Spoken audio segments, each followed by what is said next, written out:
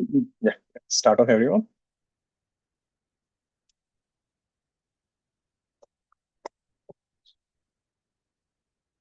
Today we'll be doing ray optics.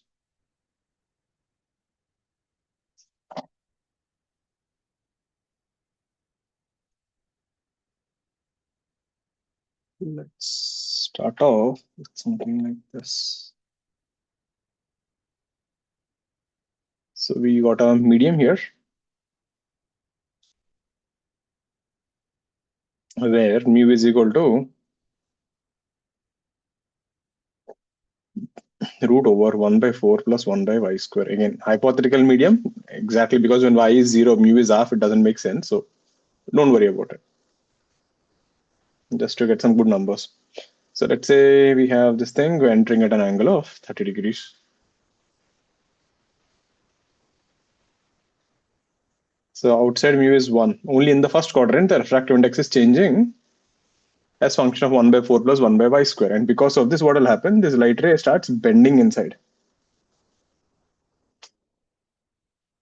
Find the equation of the light ray.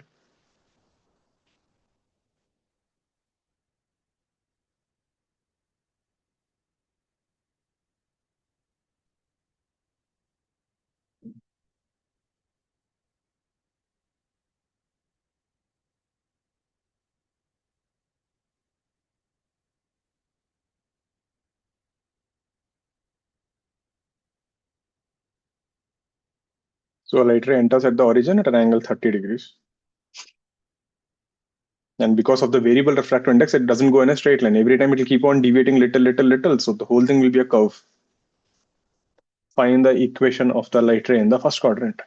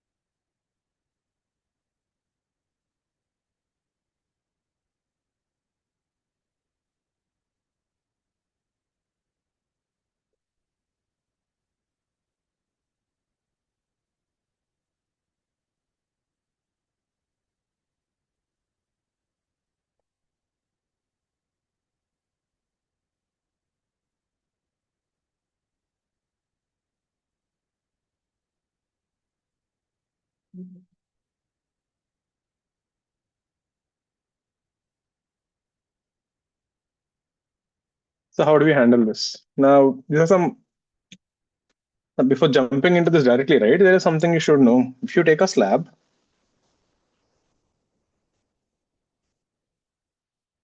and if you send a light ray,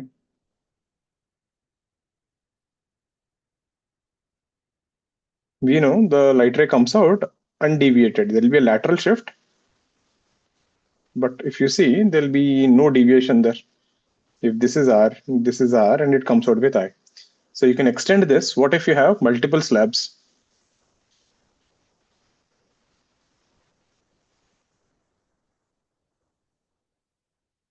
So if you have multiple slabs, mu1, mu2, and so on till mu(n), I can do the same thing. So if a light ray here enters at an angle theta, so when it enters here, this angle will be R1, and the incident angle will be R1, and then this will be R2, R2, so on. It will just keep going on. So here you will notice this. So mu outside, whatever that's called mu(m), sine theta, when you apply the Snell's law, we get mu1 sine R1.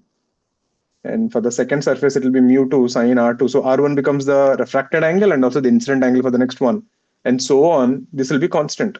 So you will realize if you have parallel slabs, mu into sine theta is constant. This is for parallel slabs. So this is the main idea there. That when your light ray is passing through parallel slabs, yeah, right, Arush, right, Ahan. So this is the thing.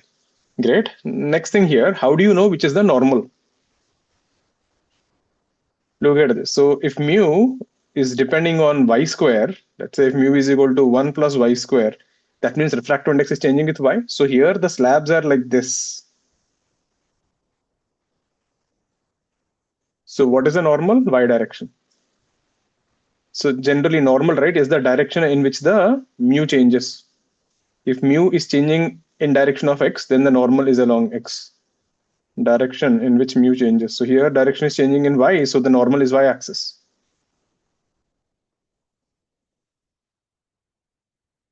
So this is the concept there, that this is constant. Yeah, once you got that, then it becomes easy. They can ask a lot of questions. Okay, I can give you different weight equations. I can say at what point will the light ray become horizontal? You know, if there is a slab only of this thickness, with what angle will it come out of the slab? At what height will the light ray come out of the slab? So you can play around, but the main theme in all these questions is mu sine theta is constant. So then how do you handle this? Let's say at some random point here, x comma y, if you drop a tangent,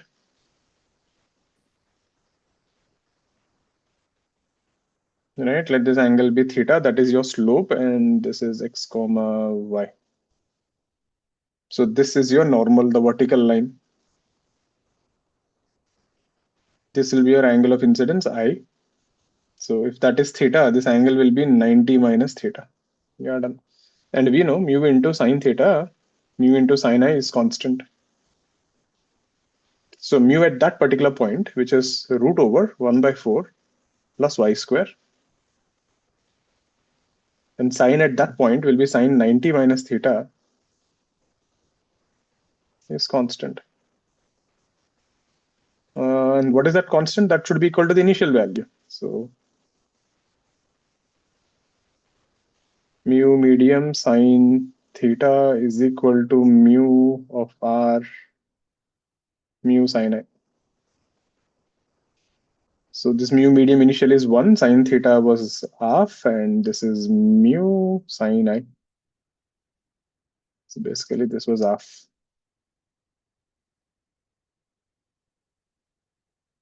Perfect. So this constant is half. So from here we got cos theta is equal to 1 by root over 1 plus 4 by y square. That would be y by root over y square plus 4. I just made the equation look good. Okay, this refractive index doesn't exist. So if you take this as theta, the cos theta will be y, and this is the root over y square plus 4, and this is the 2. So from here we get tan theta is equal to 2 by 5, 2 by y. And we know tan theta is nothing but slope, dy by dx. Integrate this. Y square is equal to 2x. Clear with this? So what you get is a good parabola. Or did I miss something here?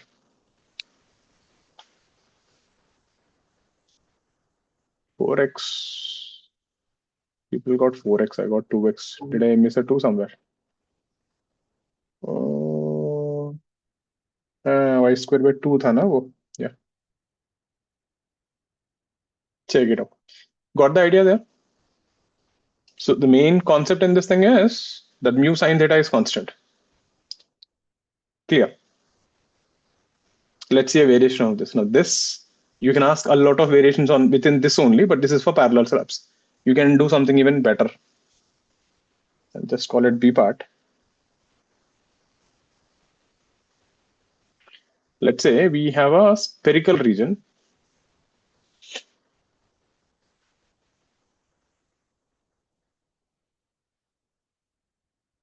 We have a sphere of radius r.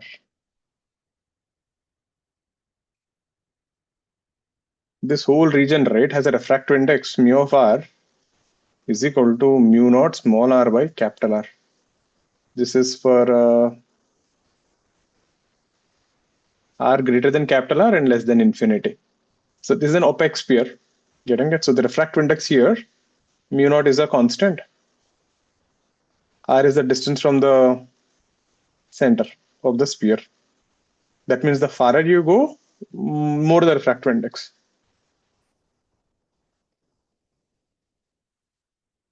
Now you sent a light ray, an incident ray is coming like this, and from the center, Now here, how is the normal?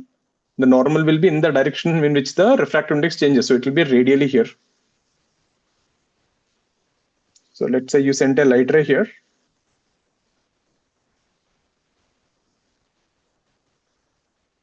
At an angle theta and at a distance of 3r.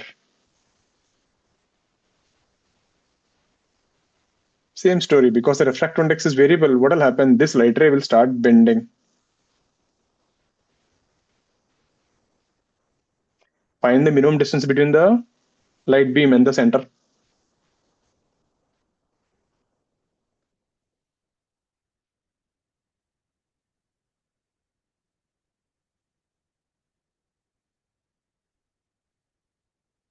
The closest distance of approach.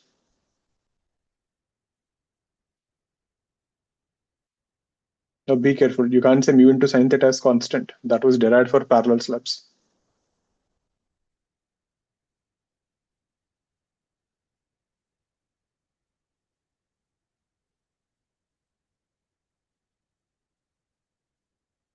Right, so this is derived for slabs. These are not slabs. So here it is not valid.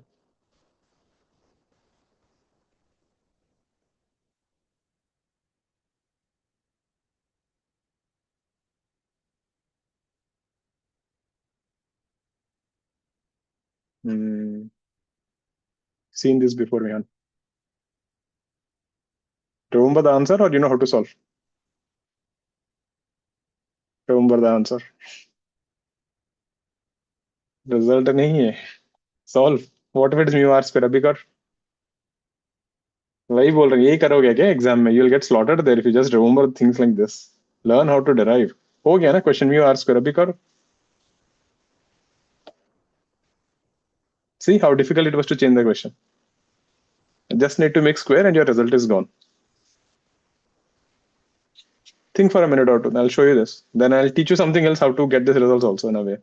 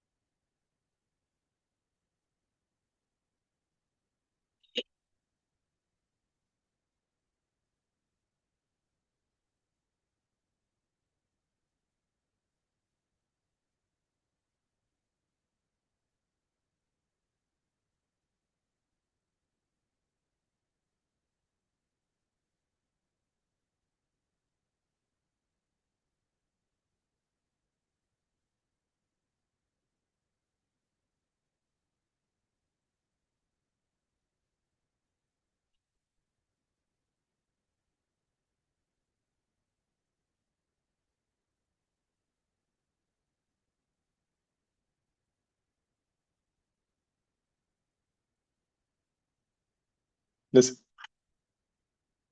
First, I'll show you geometrically how to get this, and then I'll teach you something better. Actually, how can you even derive Snell's law? We'll talk about that also. So see, let's see a little bit the geometry first of all.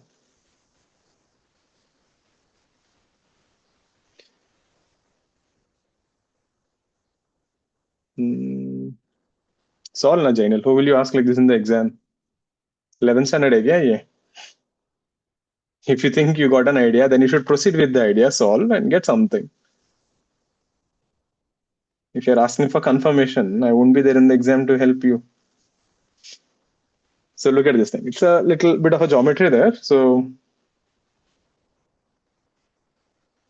when the light ray is coming here,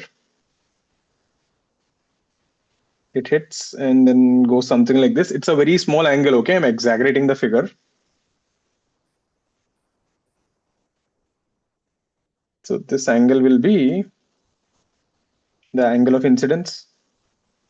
Let's call it I, right? And this will be your second angle of incidence. These are the normals now. So this is your I dash. Remember, the normals are passing through the center. So perfect. So this is point B, this is point A, this is point O.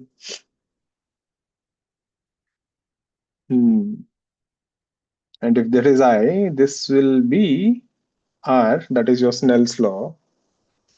So mu, let's start from the triangle. Take the triangle OAB.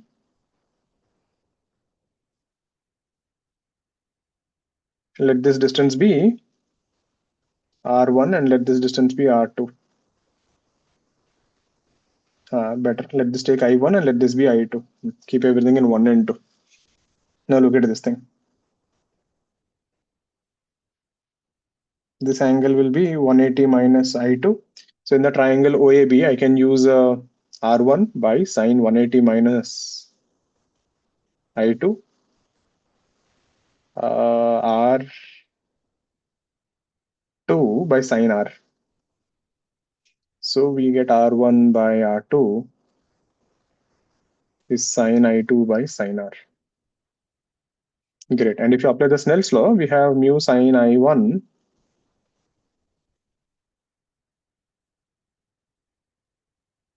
is equal to mu2 sine R. So we are assuming the region is so small, so this entire region will have mu2 and this entire region will have mu1. So we are assuming it's a very thin thickness.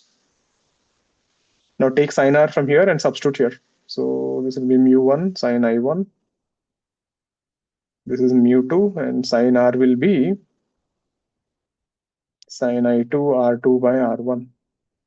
So we get mu1 R1 sine I1 is equal to mu2 R2 sine I2. Did you notice something? I have taken randomly mu1, R1, I1, right? But if you see the 3 ka product is coming constant. For this kind of a spherical region, when it is varying radially, right? So it is mu1 or mu r sine I is constant. Clear with the relation?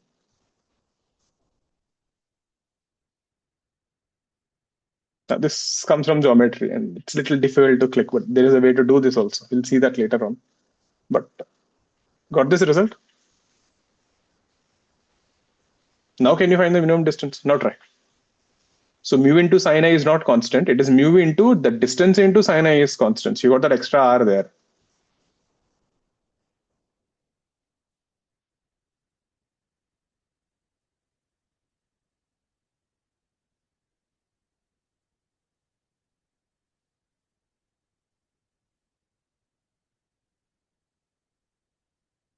This is a very thin region, okay?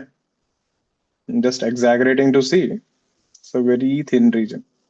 So you can assume that curve is a straight line for the thin film.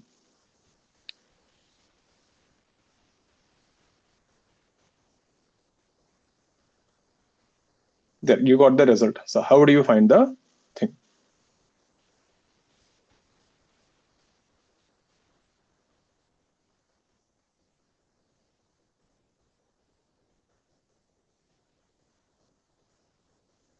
That is easy, right? Initial angle diya na dekho. Initial theta you know. So when the minimum distance occurs, what will happen? This distance will be perpendicular, isn't it? Matlab, I will become 90, na? Because remember, this is the normal. This is the light ray. So I becomes 90. हो गया equation.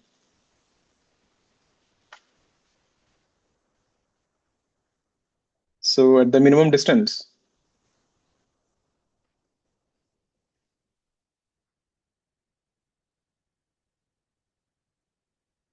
this is your R minimum. The light ray here, this will make 90 degrees here. This was theta here, and this distance was initially 3r.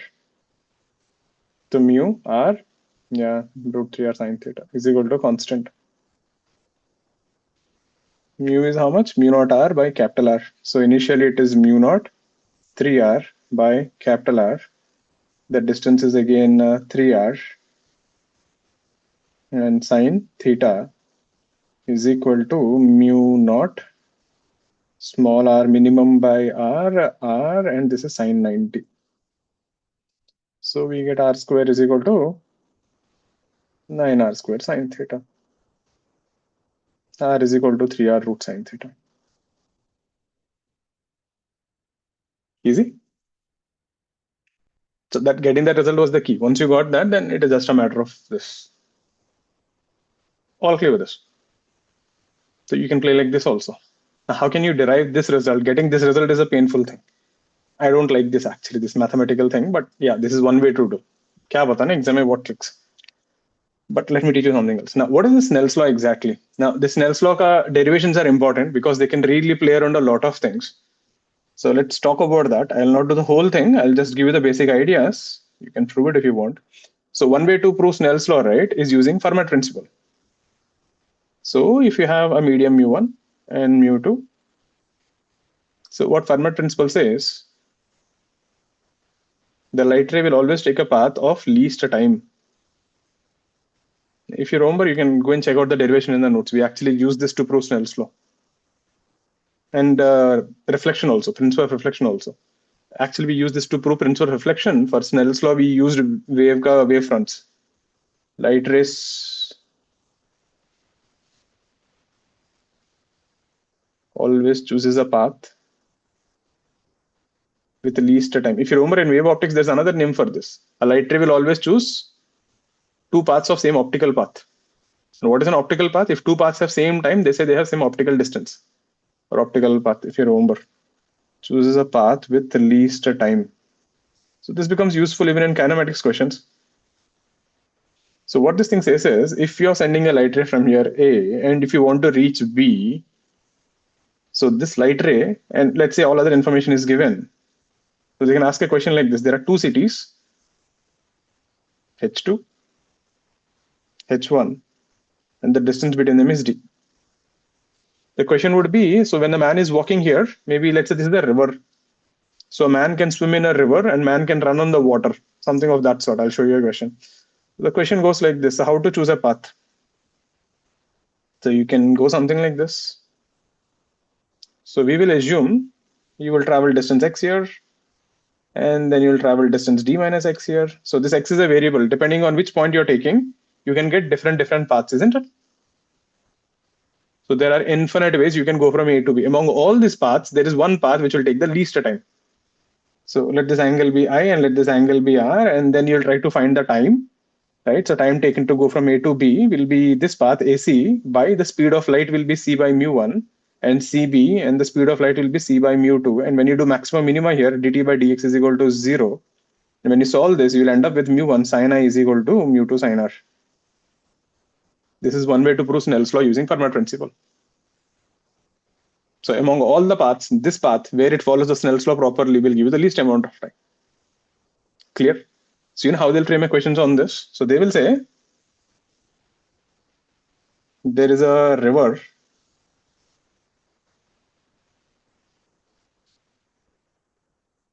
So this is A, this is B, and this is C. Let the width of the river be 10 kilometers. Let BC be also 10 kilometers. Velocity of the man when he's swimming, he can swim with 3 kilometers per hour. But when the man runs on the ground, obviously he can run faster, he can run 5 kilometers per hour. The question is find the path, so that the man goes from A to C in the minimum time.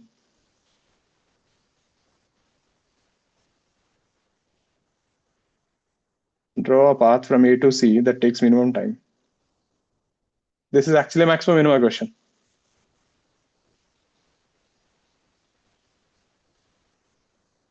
But this idea is important. They can give you some weird surfaces and they can, frame things like that. Now, how they will do and all, it's a different story. We don't know.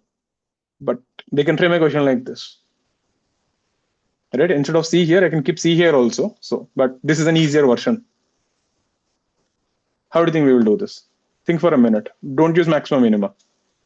Somehow you have to compare the speed of the man to the speed of the light. Because see, does Max care whether it is the speed of light or speed of the man? Max doesn't care. So where is the speed of light maximum? In vacuum. So here, where is the speed maximum? In ground. So this thing is like speed of light in vacuum. This is like speed of light in medium. And what is refractive index? Speed of vacuum by speed of medium light. So you can convert whole thing like that. You can convert the man into a light ray and the water into a slab and all that stuff. So think for a minute. It's a good idea there.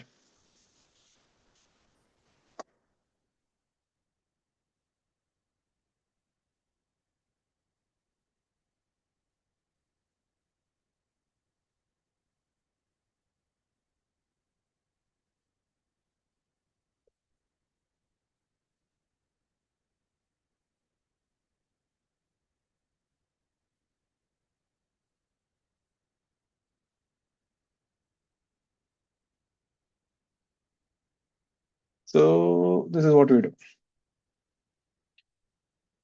So treat this like vacuum. This thing is like speed of light in vacuum because that is the fastest, and this is like the C of medium. So we can define refractive index mu as C vacuum by C medium, which is 5/3. So this whole equation becomes like as if there is a slab where here mu is equal to 5/3 and here mu is equal to 1. And you're trying to send a light ray from A and it has to reach C. Think about it. How can a light ray reach C?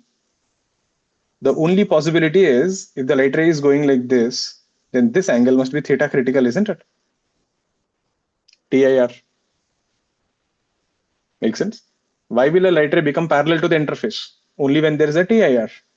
That must be a critical angle. So what is sine theta critical? 1 by mu, which is 3/5, 37 degrees. हो गया ना? Once I got theta critical, I know this length, I can find everything. This is 10 kilometers, and this is sine theta 3/5 is equal to x by 10. So that is around 6 kilometers. You can calculate everything. So we will find a position there, and we will say this is the point where he has to take a turn.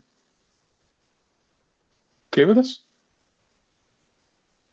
So instead of C giving here, if I give you C here, then again you have to find a path light ray where mu sin I is equal to mu to sin I will follow. But is the idea clear, everyone? So you can play something like this. They can make up something of this sort. So this is how you convert the whole problem into a refraction problem. Because Max doesn't care whether it is the speed of light or speed of man. So refractive index of the medium becomes 5/3. This is one way you can handle Snell's law problems. Another way to derive the Snell's law is using wavefronts.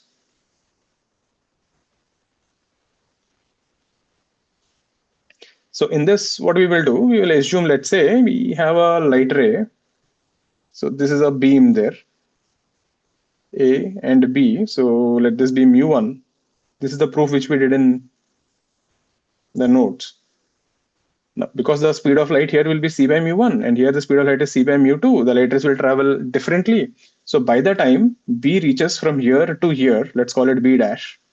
Let's say you're traveling in a denser medium or a rarer medium, A will travel little more, A dash. So this will be your new wavefront. So the light ray, which was supposed to go in this direction, you can clearly see the green one, the perpendicular, it has become like this. So the light ray got deviated. So when you're traveling from denser to rarer, right? If you travel faster there, so the light ray will go away from the normal. Getting it? So, and then from here we say this is angle I, this is R, this is 90 minus R, and this is I. This point is AB dash, and then we play around, you'll get it from here. We will get sin I is equal to BB dash by AB dash, and sin R will be A dash. These are 90s wavefronts though, by AB dash. Substitute them and solve. And BB dash is how much? C by mu1 into time. So the time is same. It takes the same time for A to go to A dash and B to go to B dash. C by mu2 into time by AB. Divide them, you'll get Snell's law. So this is another way using wavefronts you can prove the Snell's law. The third one. This is an interesting one. And this will be useful. So think of like this. What is light exactly made of? Photons. If you treat light as a particle, so these have photons. So photons have momentum, right? Now, so when you say the light ray is coming and it bends, think of this is a photon. And if you can clearly see here, when you are crossing the interface, whenever you're colliding with the surface, right? Whatever changes, forces will exert only in the vertical direction. There are no horizontal forces on the system. So the momentum must be conserved in the horizontal direction. So this is I and this is R. Getting it? So if you treat these photons,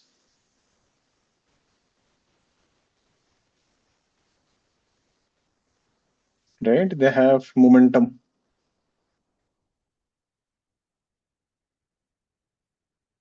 So the horizontal momentum of the photons is conserved.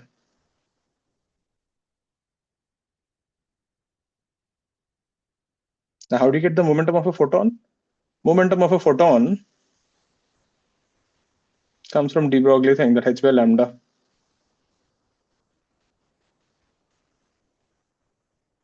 I'll call it P h by lambda. There's a better way to write this. I can write this thing as hc by lambda by c, which becomes E by c. So energy of the photon by speed of light. So here, when you do this, so this would be E by c1. The angle will be sine I is equal to E by c2 sine r. Why E will remain same? E will remain same since the wavelength frequency remains same. Whenever a light wave goes from one medium to another medium, frequency doesn't change. Since the frequency is same, the energy of the photon is constant. What changes is the speed of light.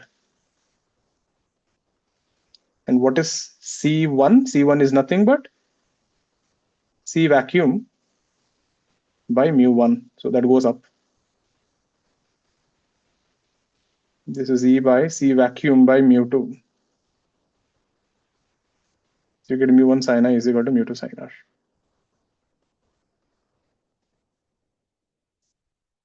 Clear with this? So you can actually zoom into the photons to get this. Now using this, we can actually get that circle thing also now. So same idea here. So if you take that spherical region here, this is your normal. And let's say if a light ray enters here and goes off like this. And if you take this angle to be I, same story again. Now, so if you treat this as a photon, the momentum of the photon, the force, right, will be along the normal. Since forces due to the photons are along the normal, so whenever they change from one medium to another medium, the force exerts only along the normal direction.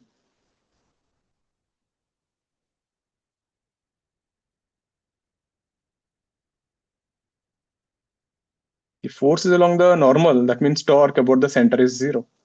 If the torque about the center is zero, angular momentum is conserved. What is the angular momentum of the photon? Angular momentum of the photon, so MRV, we don't write MRV, it's like MVR. Angular momentum of the photon is R cross P bar, or you can take simply as R into perpendicular, the momentum perpendicular to it. So R will be the distance R. And what is the thing here? We just now saw. You have to take RP, the horizontal component.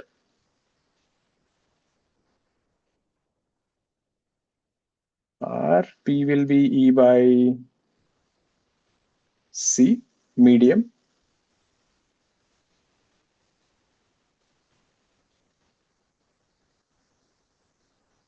And which component? Sin I ka component. What is C medium? R E, C medium is C vacuum by mu into sin I. And you're telling me this will remain constant. E is constant, CV is constant. Therefore, mu R sin I is constant.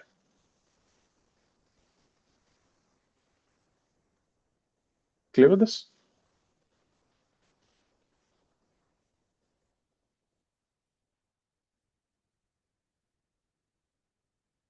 Clear? So the angular momentum will be mr cross v. So you should take this perpendicular component here. So this will be r p sin I.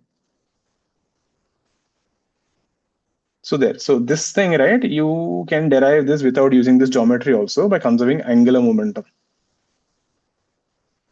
Clear? So again, now how they can frame on this, we have no idea. But now you know the concept.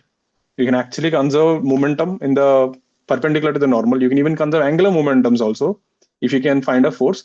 So the main idea is that the force will be always along the normal. That is a simple thing there. Clear. So instead of treating light as a photon or something, treat it like a particle and you can work it out. Clear with this thing? So you can make a Snell's Fermat principle, or you can use wave optics ka wave fronts, or you can use momentum. So that is one way to play around. Let's go ahead. These are another important questions. Let's say we have a focal length 20 centimeters. We have an object here which is going with a speed of √2 centimeter per second at an angle of 45 degrees. This is a lengthy equation. Okay, it's not tough but lengthy. This is 1 centimeter. This is at a distance of 30 centimeters. And your lens is also not keeping quiet. The lens is also moving with 1 centimeter per second. Find the velocity of the image with respect to the ground. Just get the equations, don't solve. It's lengthy. But I want you to get that idea, like how to handle this. Find the velocity of the image with respect to the ground frame. A simpler version would be, it is traveling horizontally and it is placed on the principal axis. That would be like the easy one. The moment I start putting it above the surface, and if it is moving, things are a little messed up. But get the equations. You got 3 minutes.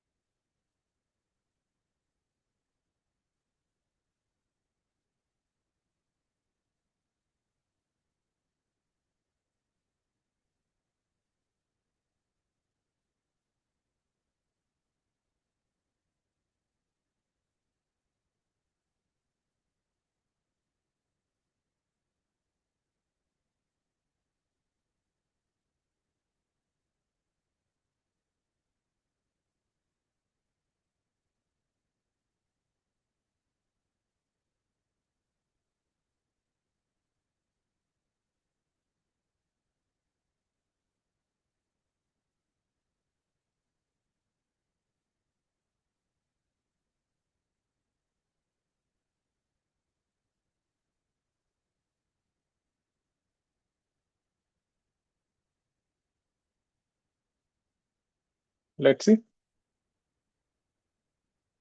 It won't be such a. I'm not sure about the answer, but if you got it that fast, it is good. But let's see. Did you miss anything? So the first problem here,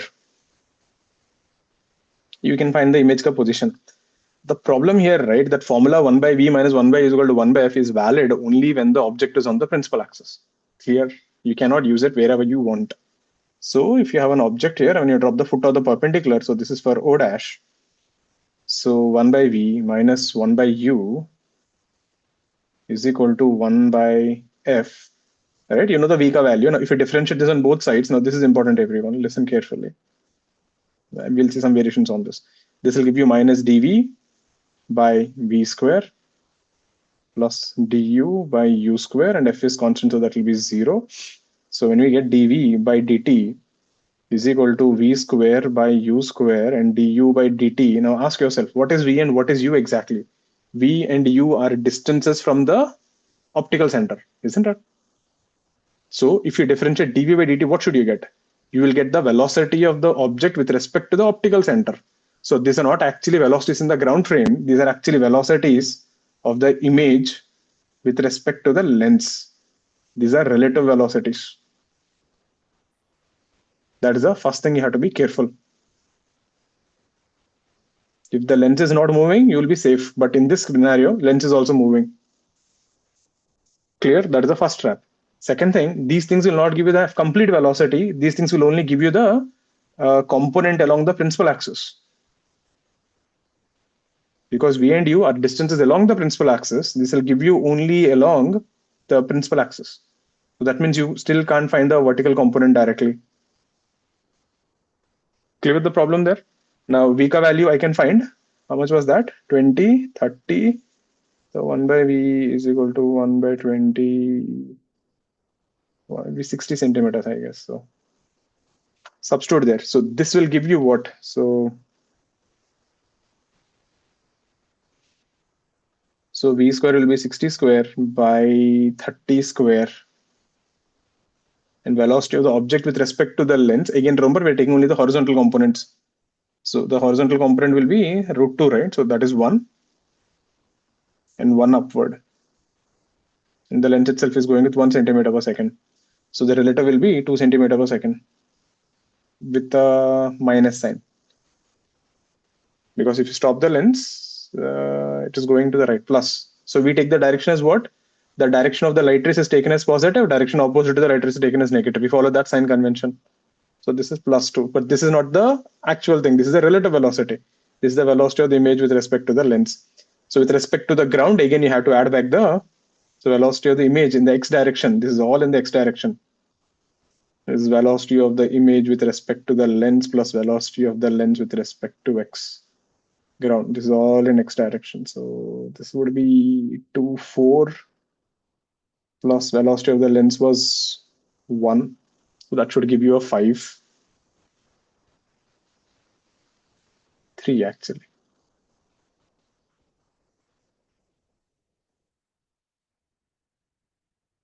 Clear? Did everyone got the x component? Did I mess up the calculation somewhere? That is 2 square, na? Sorry, that was 8. 7, na? Clear? Because the lens is going to the left hand side. That will be a minus I cap, not 9. So clear with that. You got the x component. How do you get the y component? Now, y component is a little messed up. Magnification is given by minus v by u, which is nothing but height of the image by height of the object. So height of the image will be minus v h naught by u. So when you differentiate height of the image dhi by dt, this should give you the vertical component. And now there are 3 variables. All 3 are variables. So we have to differentiate them. You know how to do triple differential there. So when you differentiate 1, remaining 2 will be outside.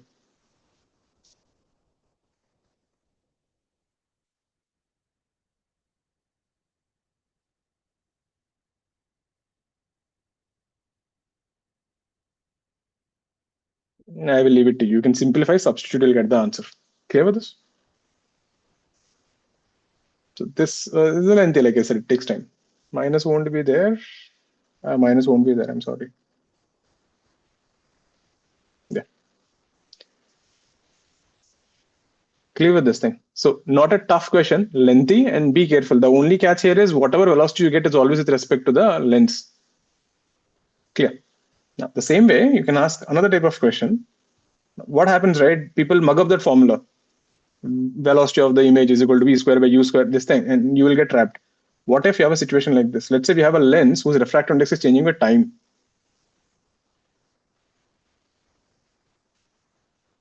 And let's say we have an object here at rest.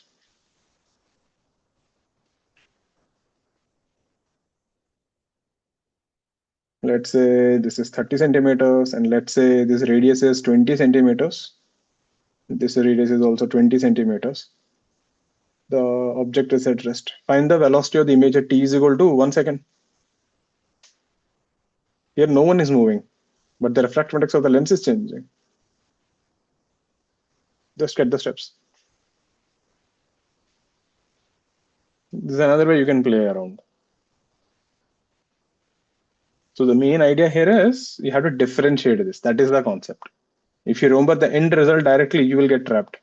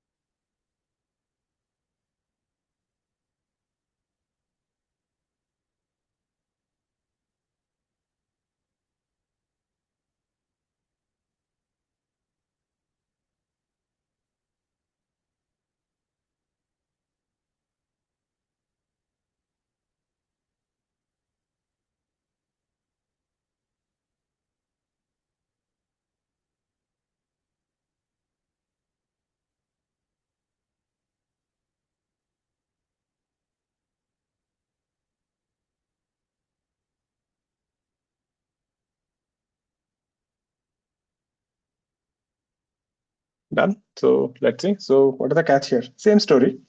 Get the focal length first of all. 1 by f is equal to mu minus 1 into 2 by r. So mu minus 1 is t, so that is 2t by r. So you are done. So 1 by v minus 1 by u is equal to 1 by f, which is 2t by r. So when you differentiate this, you will end up with dv by 1 by v square dv by dt plus 1 by u square du by dt is equal to 2 by r. Now, luckily here the object is not moving, so this is 0. You know v ka value, find everything, and this will give you the velocity of the image. Not a tough question, but yeah, that is how you do. Clear with this, you can mess up. That is one way to mess it up. You can substitute the values and get it. Same thing, another way to play around. Let's say we got a convex mirror. R is equal to 20 plus t. T is time. In this case, the center is fixed. The center is not moving, but the radius of the mirror is increasing. We have an object here, and let's say this distance is 30 centimeters. Find the velocity, and this is at rest. Find the velocity of the image at t is equal to 10 seconds.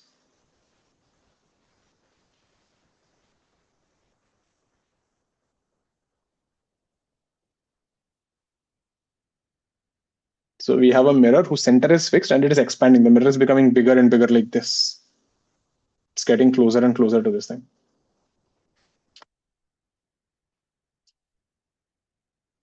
How do you find the velocity of the image?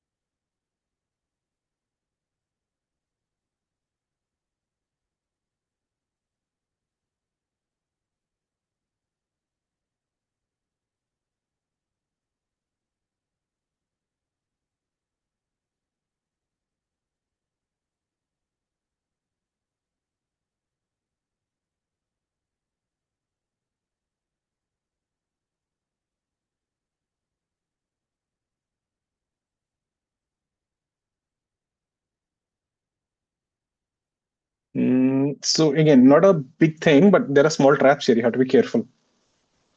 So this question you can play in two ways. I could say the pole is fixed. I can say center is fixed. That changes the whole game. Getting it? Now, here the problem is because the center is fixed, that means the pole is moving, right? And if you do dr by dt, that is actually 1 centimeter per second. This is actually velocity of the pole. The pole is not at rest. This pole itself is moving with a speed of 1 centimeter per second. Clear with this? And then the story is same. You'll take the mirror ka formula 1 by v plus 1 by u is equal to 1 by f. Differentiate on both sides.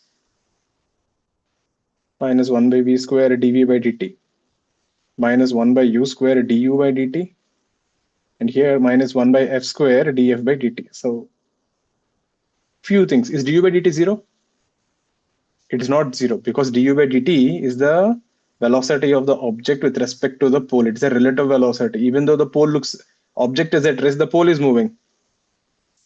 Because the mirror is expanding, the pole is moving. That's what I said. If the pole was at fixed and the center was moving now, it would have been easy. Because you kept the center fixed, the pole is actually expanding. The pole is getting closer and closer. So if you stop the mirror, you think it is going this way. So this is actually plus 1 centimeter per second. df by dt, f is nothing but r by 2. You can finish off and differentiate. That's easy. Clear with this? So be careful. Velocity of images, it will not be always like, the object and image is moving. Object can be at rest and you can mess up the other things.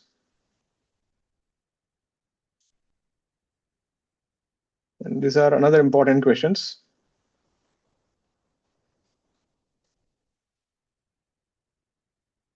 We have a slab here, we have a lens here, we have a mirror here.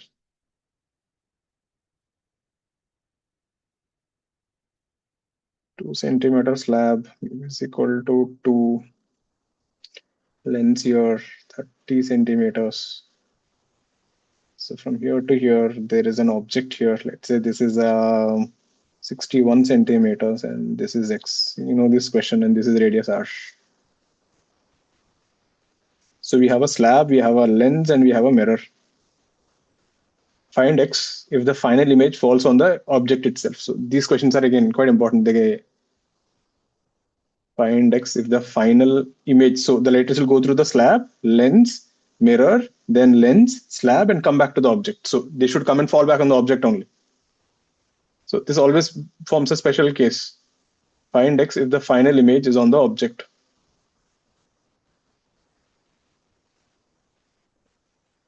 Again, standard models, but like say ray optics made, right? Really, they really can't push too much. They can, but you do get questions like this also. Running behind all the tough things, if you ignore your basic things, you will be trapped unnecessarily. First, you have to finish off all easy, moderate, and then go attack the big ones.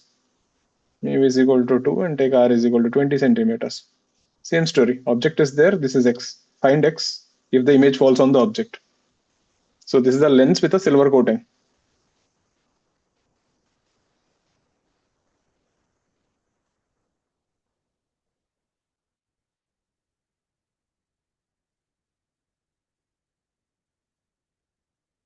Both the questions you have to find X for the final image to fall on the object.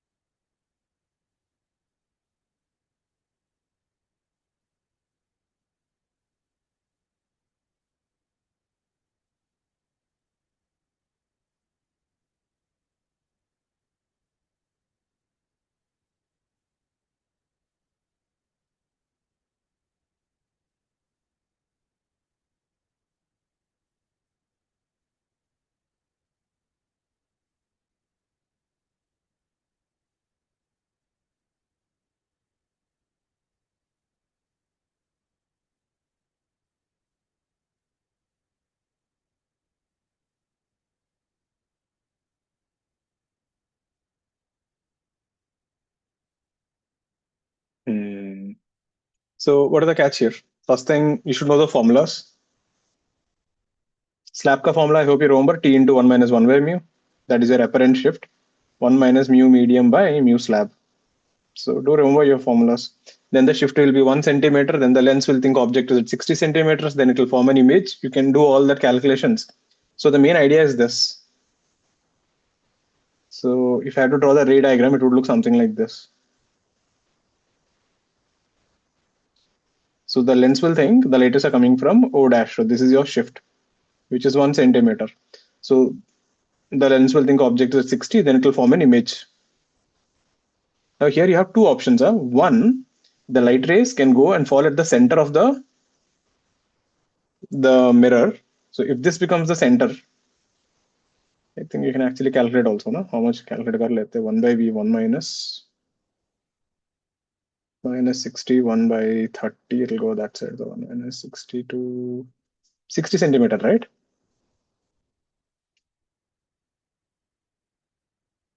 Sixty only, right? So this would be 60 centimeter and the radius is 20 centimeter. So X will be 80. That is one option. There is a second option. What if this light rays directly go and hit the pole? Now, pole is a special case. What happens? The light ray which goes up will come down. The light ray which goes down will go up, isn't it? So the light rays will still retrace. So there is a second option if the thing goes and hits the pole. So in that case, X can also be 60 centimeters. So you actually have two answers here. So just be careful with the two cases. You can fall at the center of the concave mirror, or you can directly go and hit at the pole of the concave mirror. In both the cases, the light rays will retrace and go back to the initial position. Clear? So there's a 80 and 60 answer. What about this guy? This is a combination of lens and mirrors. So you have to convert this into a one single mirror. Then it becomes an easy equation. So what is this? Get it? I'll give you a minute. So this is the idea in these kind of questions. It doesn't matter how many mirrors, how many lenses, whatever I do. If they say the word, the final image is on the object, done. The light rays must have hit the mirror along the normal, right? In a special case, you can hit a pole. The light rays must have retraced. That is the whole idea in this thing.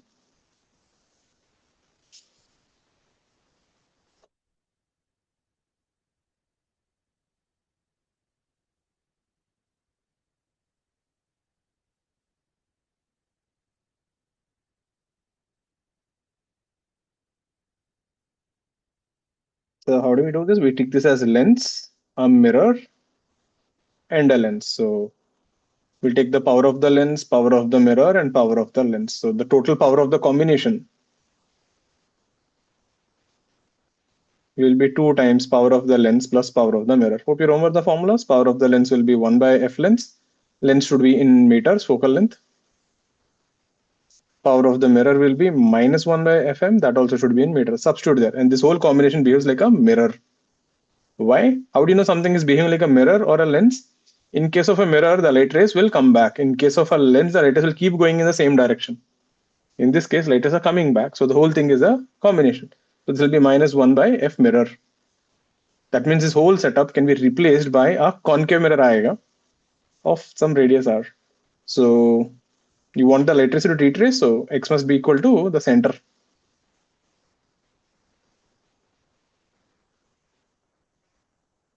Clear? So that will be 2 times fm.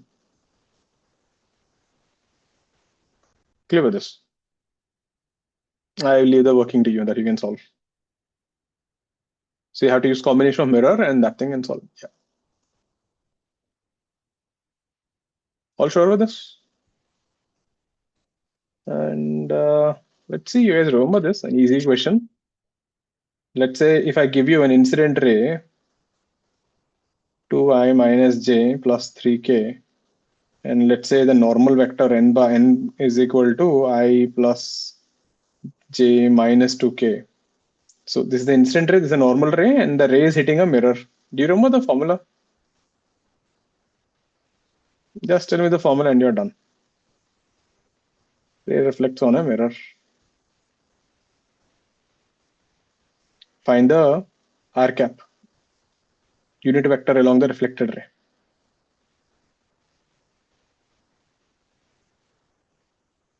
So I can simply ask you like this, find the relation between incident ray, reflected ray, and the normal vector in a law of reflection. Standard formula, याद होना चाहिए.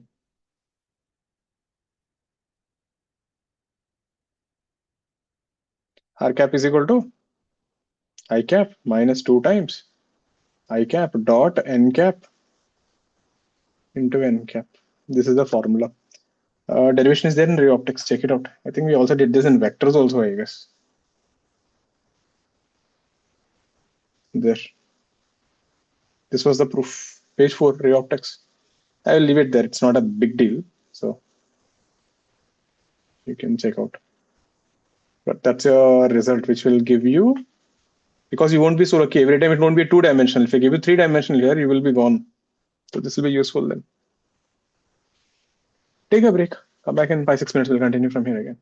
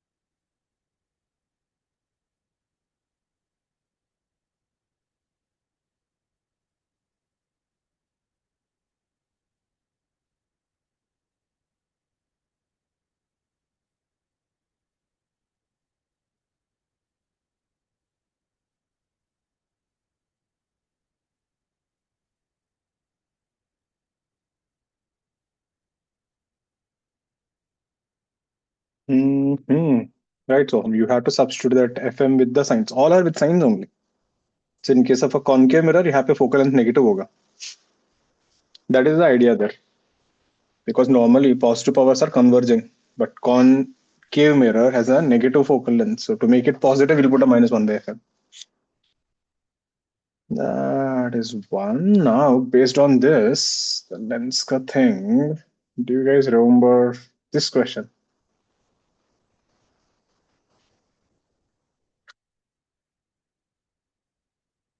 If I give you a lens with mu1, radius r1, r2, mu2, and mu3, you can't use the lens formula. The lens formula is derived under the condition the medium is same on both the sides and for thin lenses. Hope you remember this. So if you send light rays from here, again, this is a standard thing, you should know. So you send parallel rays like this. Find the focal length of the mirror lens. That's the definition of focal length. When parallel light rays are incident in system, the point where they meet or appear to meet is the focus. You can't use the lens formula here.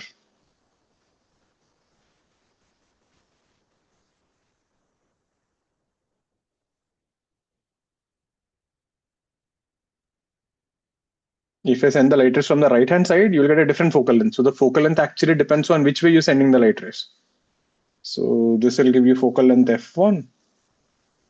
If you send from this side, you will get focal length f2.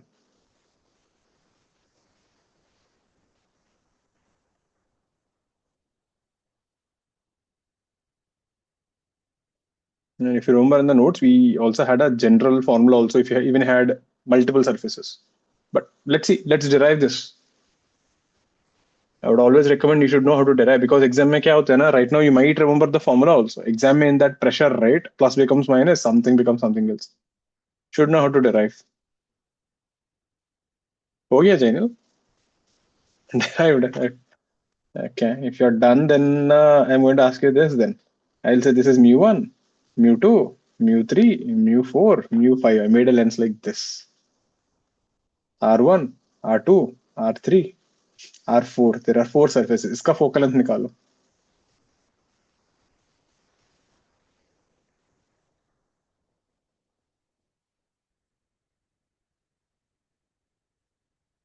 I'll give you a minute or two. Get for this one. If you got this, you'll actually see a kind of a sequence. वो sequence ये करना बहुत difficult नहीं है. You need to get the sequence though. Then do it na Jainil. Remember to do it. Not you Jainil, by Jainil Sony. Do it, do it.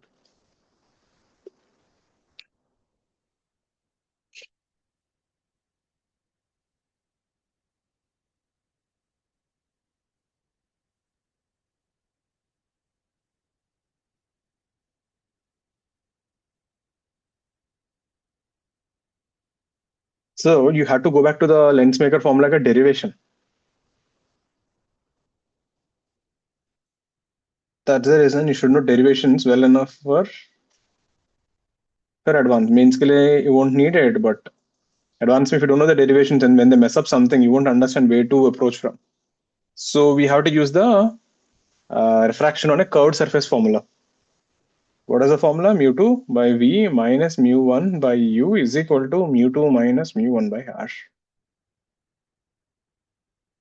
So when the rays are coming from the left hand side, so this is the first refraction. That will be mu2 by V1 minus mu1, light rays are coming from infinity, is equal to mu2 minus mu1 by R1. Then for the second refraction, since it is a thin lens, so the image of the first refraction will be the image for the second refraction. This guy will be mu3 by V2 minus mu2 by V1 is equal to mu3 minus mu2 by R2. So you can take signs there. I hope everyone knows how to take R1, R2 ka sign, so I'm not checking it out. And then you're done, add them up. When you add them up, this and this will get cancelled off. And you end up with mu3 by V2, which will be actually the focal, that is the focus. You will see mu2 minus mu1 by R1 plus mu3 minus mu2 by minus R2. So that would be 1 by focal length. Mu3 by focal length is equal to this. So this is your focal length. If I do the same thing from the other side, now you can see the sequence here, mu2 minus mu1, mu3 minus mu2, and so on. So if you have n surfaces, I can use the same logic there and I can play around. So if I'm coming from the other hand side, that side, mu3, mu2, and mu1. Observe here. This mu3 is the final medium, okay? The final medium where the light rays are reaching is mu3 by the focal length. So in this scenario, the final medium is mu1. So the formula should be mu1 by f2. Then you're approaching from mu3 to mu2. So mu2 minus mu3. And the radius of curvature is r2. Plus then you're going from mu1 minus mu2. And the radius of curvature is minus r1. Making sense? You can just replicate it.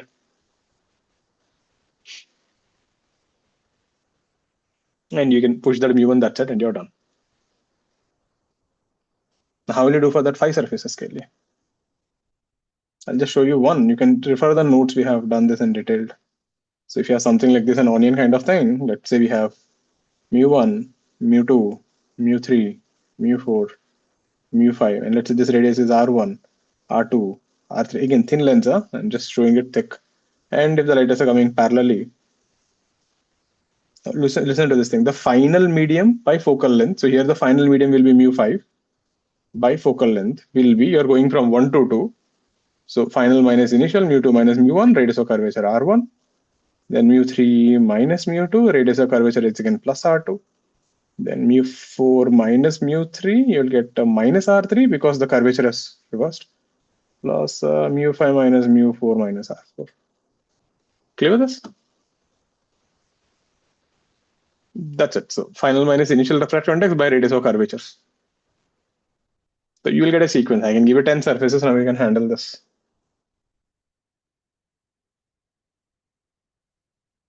There. So that is how you do this thing. If the medium is not same on both the sides. If the medium is not same on both the sides, there is no other way. You have to use refraction on curved surface and solve. Next one, let's see whether you remember this one. This is another good one based on combination of lenses thing. We got a lens here, radius of curvature R1, radius of curvature R2, refractive index mu. Now when you send a parallel light ray,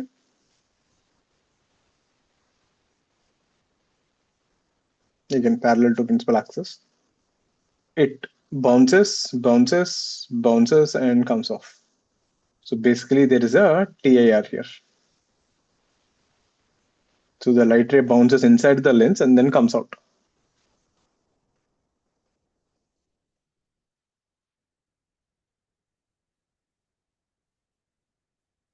Same thing, bounces, bounces, bounces, and then comes off like this. Find the focal length of the system.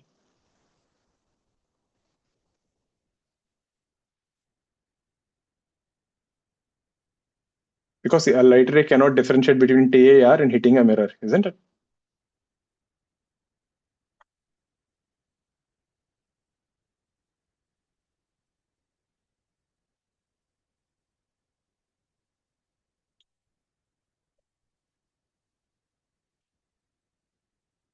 Just get the process. Solving, you can do that, I know. Just get me how will the system look. Take a minute or two on that. If you got that, then the solving part is fine.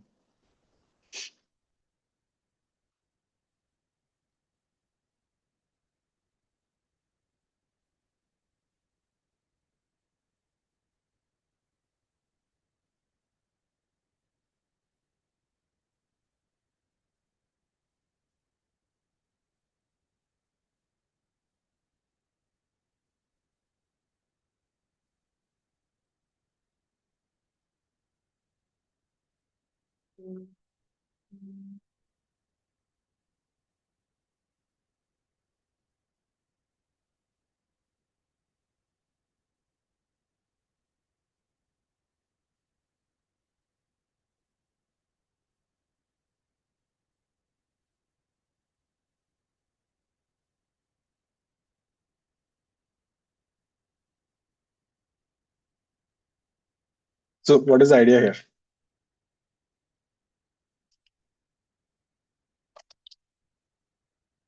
Since the TIR is a reflection, you can replace this. Think of like this. Again, what is a lens basically? In a lens, right? If you see the light ray refracts and goes out. So if there are two refractions, then it is a lens. So here we have a refraction and a refraction. So the combination of this and this is one lens. And then we have one mirror and one mirror. So this can be treated as one lens plus one mirror and one mirror. So TIR is like having so R1, R2. This is a mirror of radius R2 and this is a mirror of radius R1. And this whole combination behaves like what? Lens or mirror? Look at the light ray. Is the light ray coming back or going in the same direction? The light ray continues to go forward, isn't it? So this whole combination behaves like a lens. This whole combination is a lens. So this would be P combination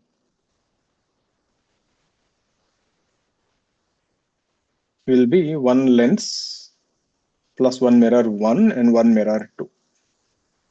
There.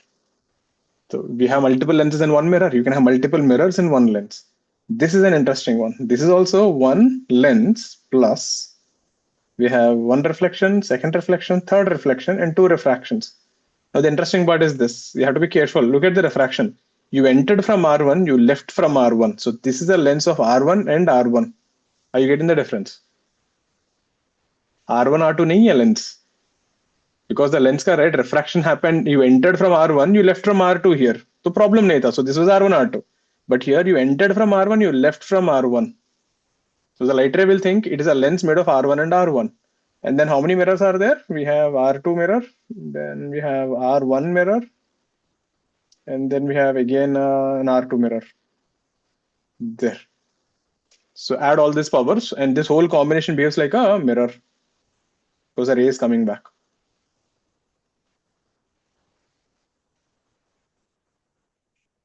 Sure with this?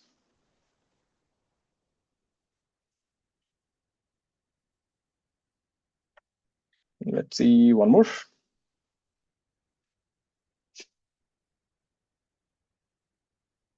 We have a lens here. We have a plane mirror here.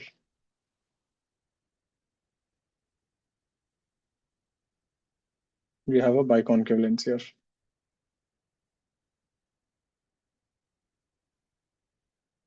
This is 45 degrees. This focal length is 30 centimeters.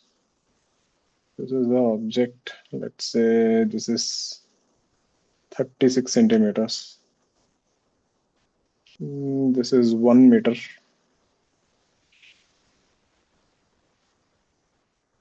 This is 65 centimeters. This lens ka mu is 3/2. This radius of curvature is R, and this is your final image, which is 20 centimeters. This is the object. This is the plane mirror. Find the radius of curvature of that lens, this lens, convex lens, concave lens.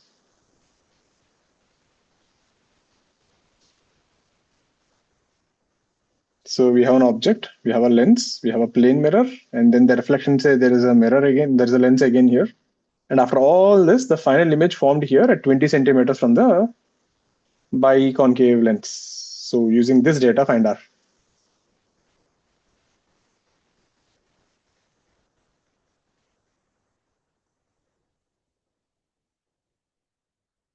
Solving. There's nothing the brute force solving, but yeah, there is a little few one or two things if you understand. We have the idea of a virtual object and stuff. So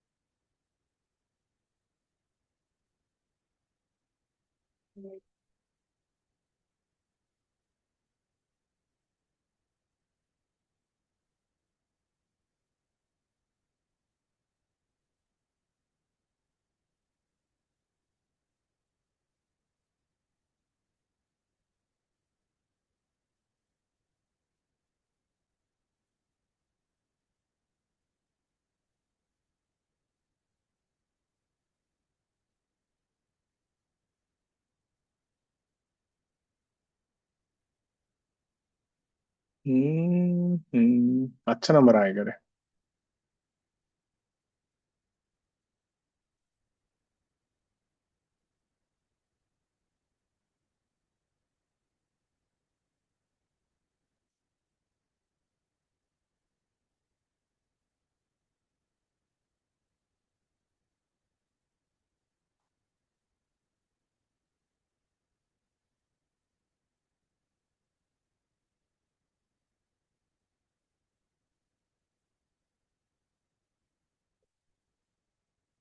Let's see.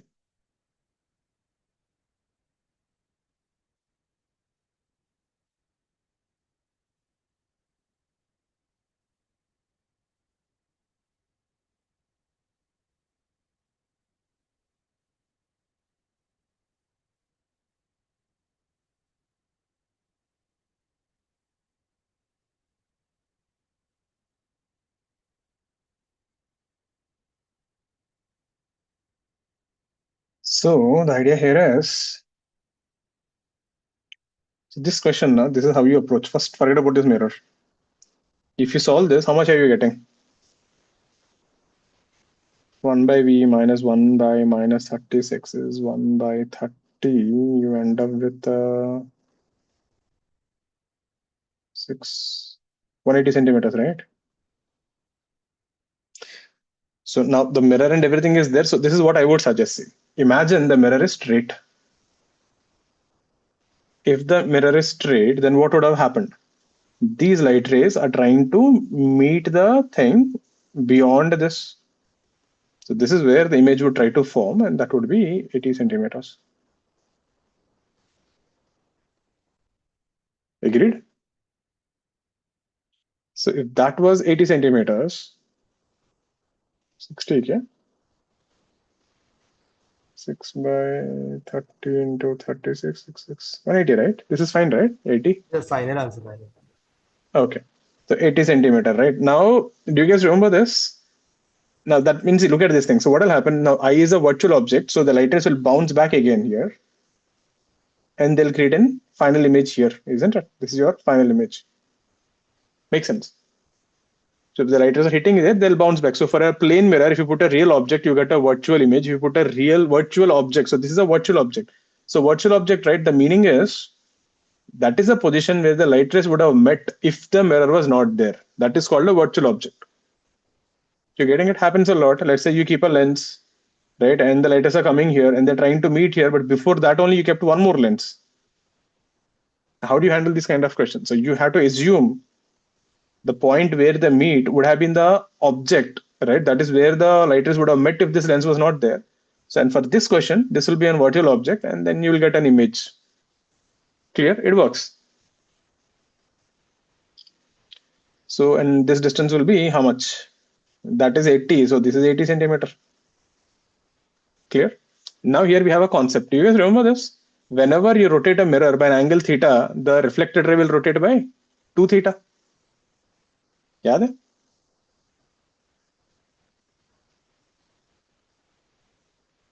So when mirror rotates by theta, right, the image rotates by 2 theta. That means from this position, if I rotate the mirror by 45 degrees,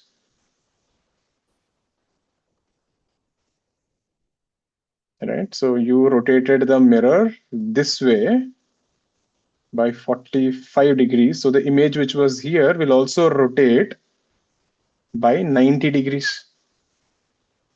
And the image will form here. And this distance will be 80 centimeters.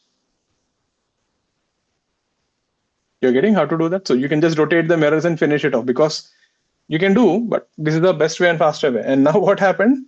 This guy is again in the middle because this is only 65 centimeters. So this is again a virtual object. That means if this lens was not there in the middle, the final object would have formed at 80 centimeters. So how do you handle this thing? So this is how you treat this. So we got a lens here. So the light rays were trying to come and meet somewhere here. That was your virtual object. Let's call it I3. Let's call it I2 only. So this is your virtual object. This distance will be 15 centimeters. And it is given the image of this thing was somewhere here. That was your final. That was 20 centimeters. And then you know how to solve. Lens ka formula 1 by V minus 1 by U. Now remember light rays are coming this way. So U is positive here. This is your object. So that will be plus 15 centimeters. And V will be also 20 centimeters is equal to 1 by F. So that will be how much? Minus 1 by F because that's a negative focal length there. 20 minus automatically आ जाएगा, I guess. 15 minus 20 minus 5 by 3. I think F is equal to minus 60 centimeters. And then you know the lens ka formula. 1 by F is equal to mu minus 1. Mu is given 3 by 2 by minus 2 by R. R is equal to 60 centimeters. Got this? So it's a virtual object and virtual object. So that is how you play with virtual object. So virtual object means simply if you had not been there, the light rays would have gone and met there. You came and blocked in the middle. And the idea is this. In a lens or a mirror, if you have an object here and if you get an image here, if you replace the interchange object and image ka places, right? If you take the object and put in the place of the image, you will get the image in the place of the object. Principle of reversibility. So you can play like that. Virtual object works like that. Clear with this? So there are three virtual object, rotating the mirror. So that is how you can combine all this stuff. So yeah, could be an integer equation, 60 centimeters. Great. Next thing. Now in this, there is one experiment. Hope you guys remember lens displacement method. Experiments are very important. Huh? Advanced may they ask a lot. They separately mentioned, you know, that you need to know the experiments. So do you guys know the lens displacement method? I'll just give you a brief it up. So we have an object, we have a screen, both are fixed. The idea is this. When you keep the lens somewhere here, of focal length f, the image goes and forms here. This capital distance was d. And then when you move the lens by some distance, let's say it is moved by a distance of small d. It is observed the image again goes and forms on the screen, I2. Right? So you have to find the focal length. That is it's an experiment to find the focal length. So I'll give it as a question. Find focal length. You're getting it? So there are the two scenarios. So in terms of capital D and small d, you have to find the focal length. Find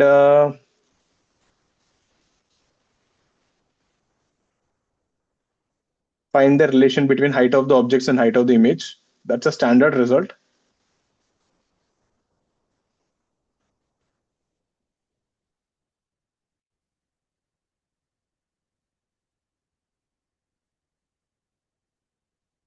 Third one, find the ratio of intensity of the two images. The two images which are formed, what is the ratio of intensity of the images? Basically the brightness. You should know the experiment, how it works. Not difficult, you can derive, but the biggest problem is this. In the exam में सब explain नहीं करेंगे. They'll simply say in a lens displacement method, this happened. Now, people who don't know what's the lens displacement method, they'll keep thinking, what is this? So terms are important.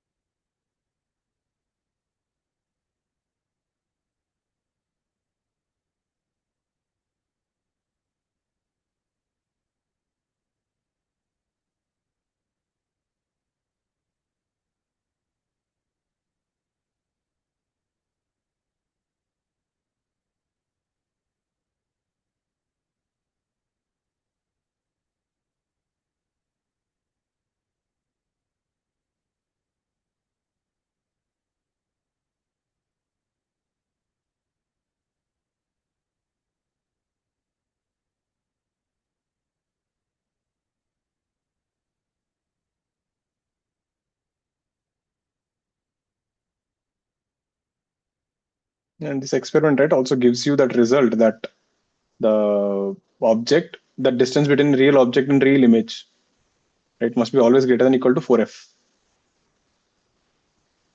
F is the focal length. So how do we do this thing? It is just little geometry there. So let this distance be x. So the idea is this: why are you getting two images? That's only possible if x and y are interchangeable. That means this is y and that is x, isn't it? Because in the formula 1 by v minus 1 by u is 1 by f, v and u are interchanged, you will still get the same focal length. So basically we'll get x plus y is equal to capital D. That is one result. And you can clearly see y minus x is equal to small d. That is one result.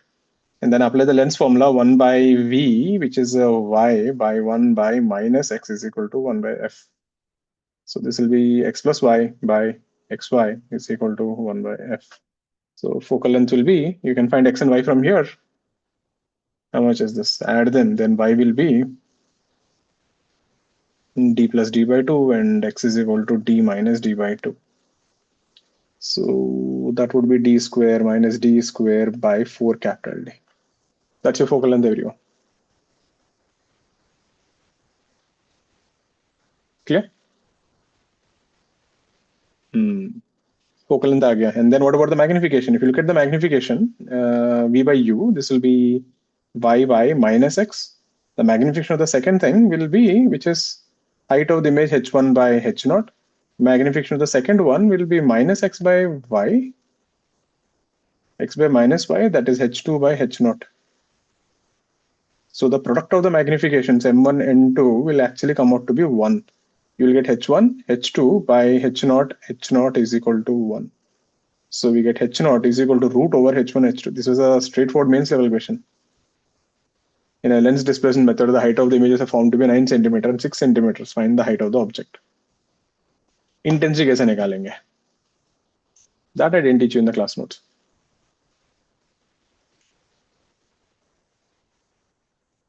How do you find the ratio of intensity of the images? If it's a point object, how do you find the ratio of intensity of the images?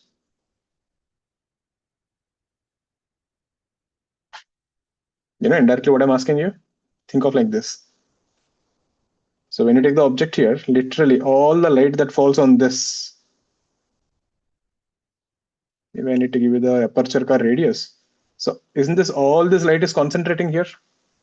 So all the photons which are entering through this region must be falling there. Agreed? So if you take this distance to be x and this distance to be r, so the question has become something like this. We got a disk, we got an object here. So the question is find the flux passing through the disk. Instead of flux, we are saying find the total energy passing through the flux, passing through this disk.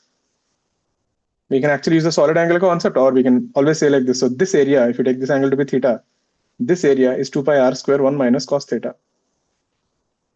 So if the total power goes through an area of 4 pi r square, then how much power will pass through the disk for an area of 2 pi r square 1 minus cos theta? Remember this thing, this is useful. So power of the disk will be, you can do that unitary method there, you'll end up by p by 2 into 1 minus cos theta. This is the total power that is falling on the lens or the disk. Right? And intensity is proportional to power. More power you have, more intensity you have. So for the first scenario, the power will be P1, power is same, P by 2, 1 minus cos theta, 1. So this angle will be theta 1. Tan theta 1 will be R by X. Second case will be P by 2, 1 minus cos theta 2. Here tan theta 2 will be R by Y. I think you need a little more data. And then you can divide them. So ratio of intensity will be P1 by P2. 1 minus cos theta 1 by 1 minus cos theta 2. Clear with this? That's how you can find the ratio of intensity. So intensity of light will depend on how much is falling on this. Clear with this? And then we can play around. We will see that in modern physics. So because if the light is falling on this, there are photons hitting this plate. Then we have radiation pressure. Find the acceleration of the disk. But okay, we can keep playing around. Let's see a question based on something on this.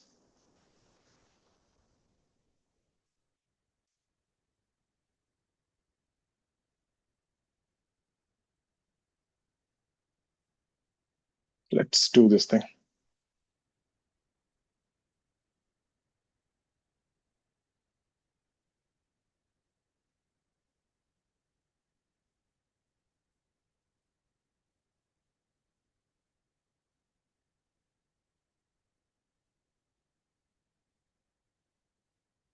It looks like that. It's not the same concept though. You should definitely go through the notes. Notes we did a lot of more different varieties are there. Oscillating lens. If the lens is rotated by an angle theta, find that deviation of find that displacement of the image. Some prism based questions. So make sure to go through the notes. There are more models. Your notes is your biggest collection of this thing. Don't ignore that.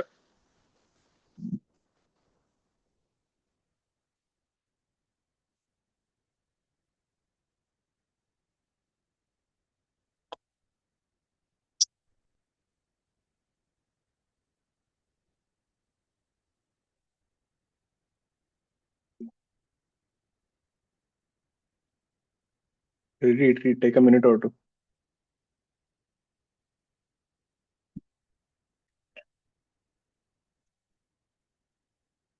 Give me the main steps.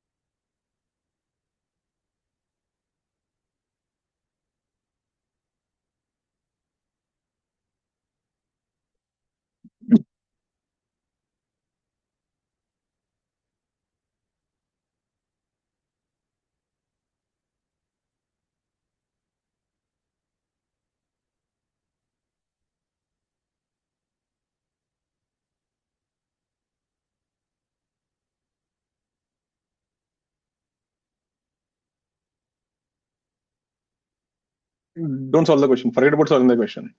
For 2 minutes, first figure out, have a plan. Okay, this is what is happening.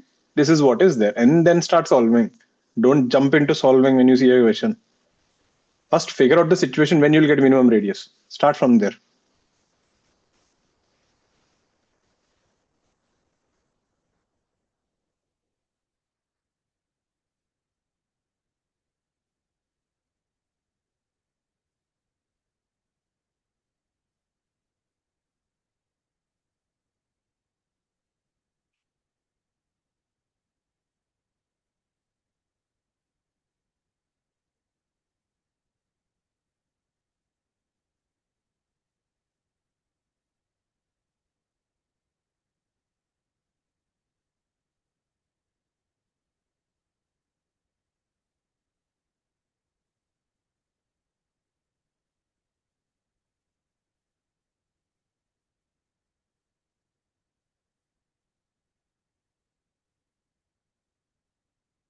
Let's see the picture.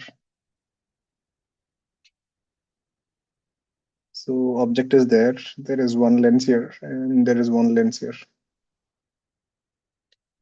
Now, let's see one at a time. So the light rays which are going here, they will meet somewhere here. You can find it.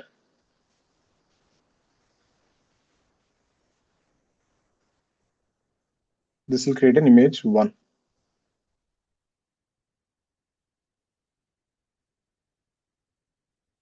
Now these light rays here, when they keep going straight, they'll hit somewhere here. Getting it? These light rays won't reach till the top, isn't it? That is extreme light rays. So you're not going to hit the top there. You're going to hit maximum here. And then these things will again converge. So thin lens, so ignore that. They will try to go and meet somewhere here. This will be your final image. So I'll just call this thing as I1. Now for the second one, there are some light rays which are not hitting this lens. They're directly going to this guy, isn't it? Because the aperture, this guy is small, all light rays are not passing through A only. Some light rays are not touching A, but they're directly hitting B, right? So these light rays which are going hitting the extreme, right? They will again form an image. Which one will be more? We have to check that. So I will assume they're forming somewhere here. And it won't stop there. The writers will continue to go here. Now look at the thing here. Suppose if I keep the screen here. Now remember, there are two circles getting it because it's not a point image. Red is forming this circle. Green is forming this circle. समझ में आ रहा है? If you put the screen ahead of the image or behind the image, you won't get a what do you call it? A bright spot. You will get a circle on it. Making sense? If you're going to put a screen here, you're going to get a red circle here and a green circle here. I'm making sense? So let's keep pushing it. Let's see where you get minimum. If I put here, great. Green circle will be smaller, but red will be this much. But if I go little more, can you see something? The point where this red and this green will intersect. At this point, if I put the screen, isn't that the minimum circle? Because once I cross that point, green will expand. If I go before that, red will expand. So the point where these two things are crossing, this must be the minimum radius of that spot. Itna clear hai? Right? Now, can you find the position of these images I1, I2? That can be done, right? And can you find these angles? So this angle, if I take theta 1, AB theta 1, right? So, and I can find these angles also. Then it just becomes a matter of geometry problem. Sure.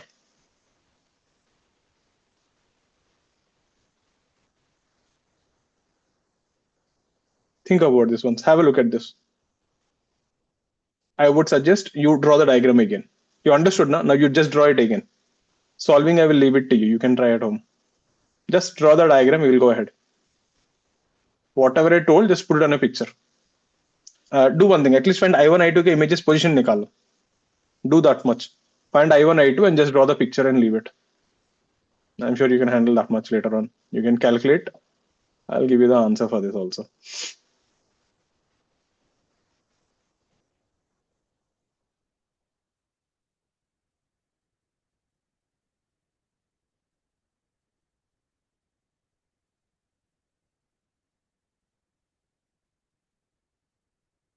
The radius of the spot was 5 by 3 centimeters.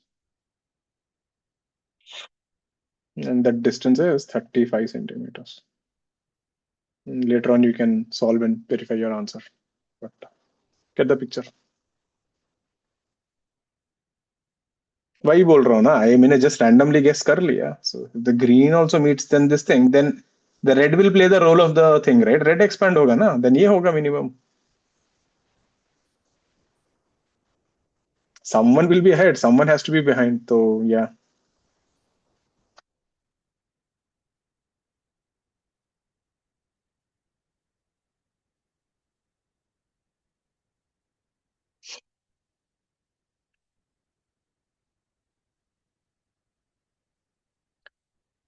Clear with the picture? Got it? Images आए, positions निकालो, positions वो कितना time लग रहा है? Positions तो आना चाहिए. Right? So yeah, then you can handle this. I'll leave it to you. So that was the main. Which one is bigger? I1 or I2? Which one is ahead? Our picture is right or picture is right? Chalo, guess mara अच्छे से. They worked out. But that is the idea there. Then let's see this. Yeah. So the role of radius of aperture was just to find that the rays were directly going to the lens B. नहीं, angles are चाहिए ना रे God. How will you get these angles without the aperture का radius? ना? Okay, we are talking about theta 1 and theta 2. वो left side है ना, तो यहाँ पे भी तुझे एंगल्स लगेगा ना, दिस ग्रीन का, this angles, you will need all this angles, isn't it? ये छोटा सर्कल दिख रहा है यहाँ पे, you will need this angle ना. Yes. और ये एंगल इक्वल है ना ये. Yes. How will you get that alpha? You will not get that alpha without radius of curvature. Alpha आएगा नहीं. Okay, sir. Because ये इमेज डिस्टेंस से निकाल सकते हैं ना, that तो you will know. Radius of curvature you know. From here alpha आ जाएगा. So the apertures are useful for that thing. Like you need to get that angles geometry. And let's see, remember this thing. We have water. We have an observer here who is going with V3. We have an object here which is going with V1, and this interface is going with V2. The refractive index is mu. So V2 is the speed of the liquid is rising with this speed.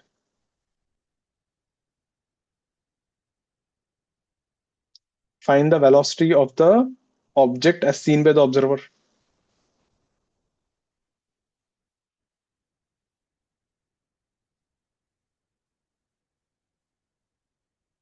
You know how they can ask this kind of questions? They will say there is a water tank with a small hole at the bottom. There is an observer standing on the top, and there is an object at the bottom, and the water is leaking continuously. In this process, the height of the liquid is decreasing. Find the speed of the object as seen with the observer as function of time t. So you can combine fluid mechanics ka that rate of change with this. So here I gave you that is V2. So that V2 you can play around with fluid mechanics. So here all three are moving. Object is moving, observer is moving, interface is moving, refractive index is mu. Find the velocity of the object as seen by the observer.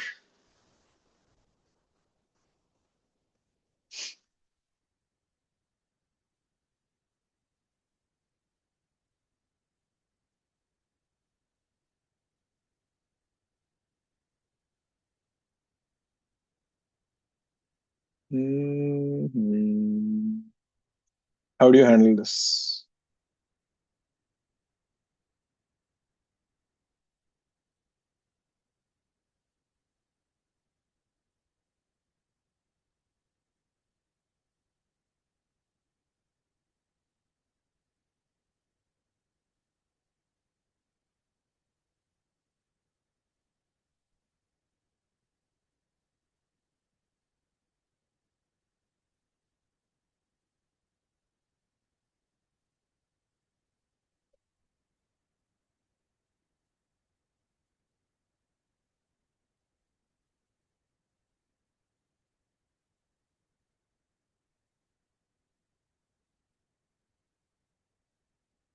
Okay, listen.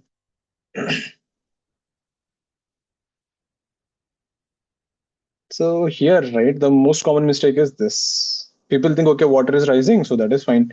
So let this distance be x and let this distance be y. If you ask the observer, boss, where is the object? So apparent distance, I'll just call it h apparent, right, will be how much?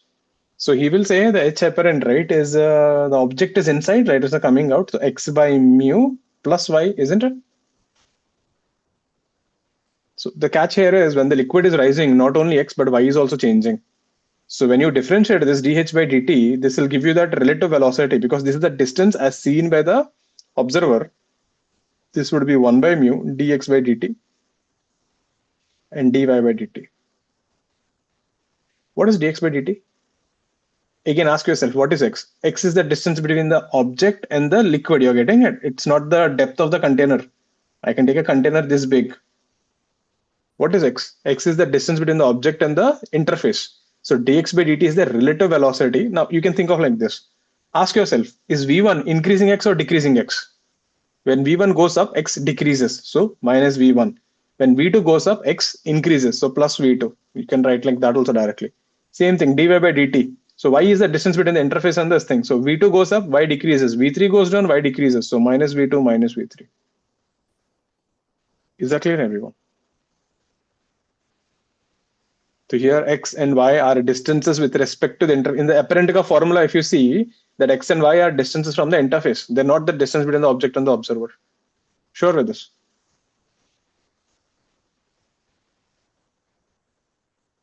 Yeah. So based on this, you can play something like this. What if we have slabs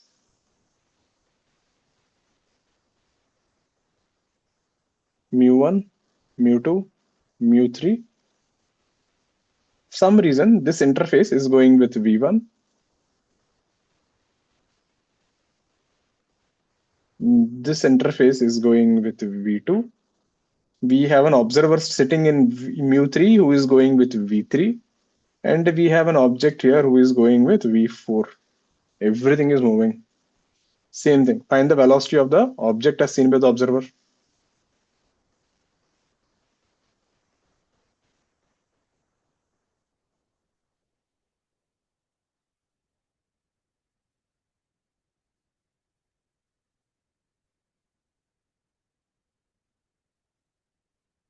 include हुआ ना रे, dy by dt में v3 तो आया ना.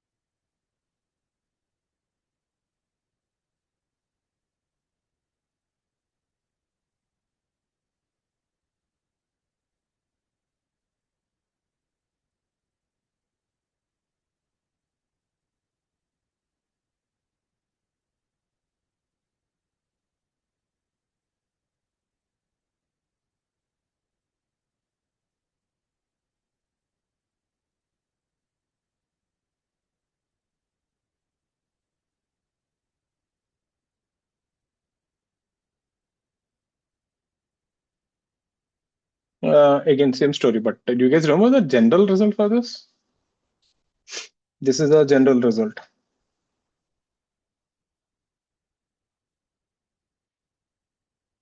If you have multiple slabs,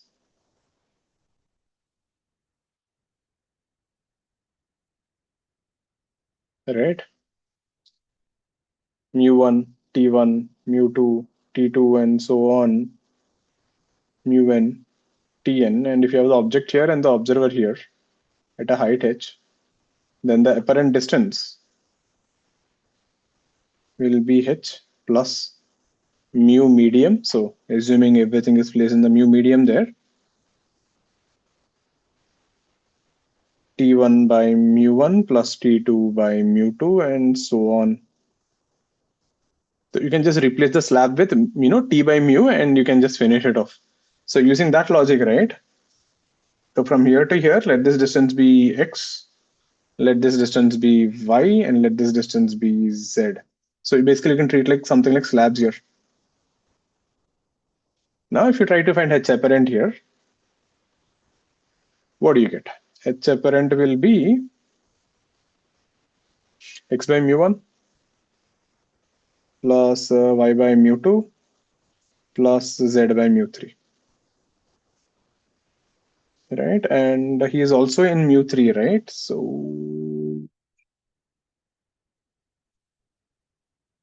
mu3 is actually the medium here. So fair enough. So take out mu3 common, and then you can write this thing x by mu1 plus y by mu2 and plus z. Make sense? So here mu(m) is mu3. The mu medium is the place where the observer is there. Right, and then you can finish off with this and not differentiate this. Now, when you differentiate, what is dx by dt? What is x exactly? X is the distance between this and this interface, isn't it? You again do that same logic there.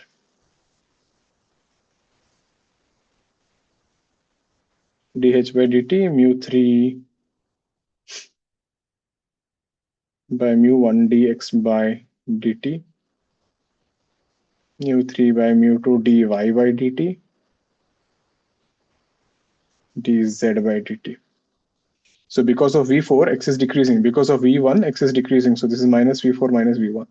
Y, both are increasing. So v4 plus v2. Z, because of v3, it is increasing. Because of v2, it is decreasing. Clear with this? So you just see whether, so that x is not the length of the slabs or something, it is the distance between the object and the observer there. So that is one thing. So be careful with this interfaces commotion also. This is another way to ask. Okay, that is few of the questions. One or two more models maybe we'll do in the next class also. Okay, with that we'll wrap up for the day, right? But mostly, we did cover little different ones, but please make sure to go through the notes because, like I keep saying, the whole point of the sessions is to give you an idea, right? It's like just like a starter. Like think of like this. It's like giving you some kind of a stimulation. Getting it? It is like I'm just giving you a taste of this thing. Okay, ऐसे ऐसा सोचना है, ऐसे ऐसा करना है. You still have to solve a lot of questions because we won't be able to cover everything. What we did in 18 months or 2 years, I use can't be done. And ऐसा भी नहीं है, we don't know what kind of questions will come in advance. So you guys definitely should go through the notes and be very clear with your basics. Easy and moderate questions should be done thoroughly multiple times. The moment you see the question, क्या करना है, idea आना चाहिए. For example, now in this question, what I taught you, right? If you don't know this result, and if you're struggling to get this result, you can't solve the question. Matlab you are already wasting your time. You're getting the problem there. If you don't know the standard result, if you're wondering, okay, heparin का formula क्या होगा, your advanced questions you can't do only. So yeah. Okay, with that we'll wrap up for the day, and then we'll again, I think this coming week, I think there is a computer science board exam for HSC people. So we'll not be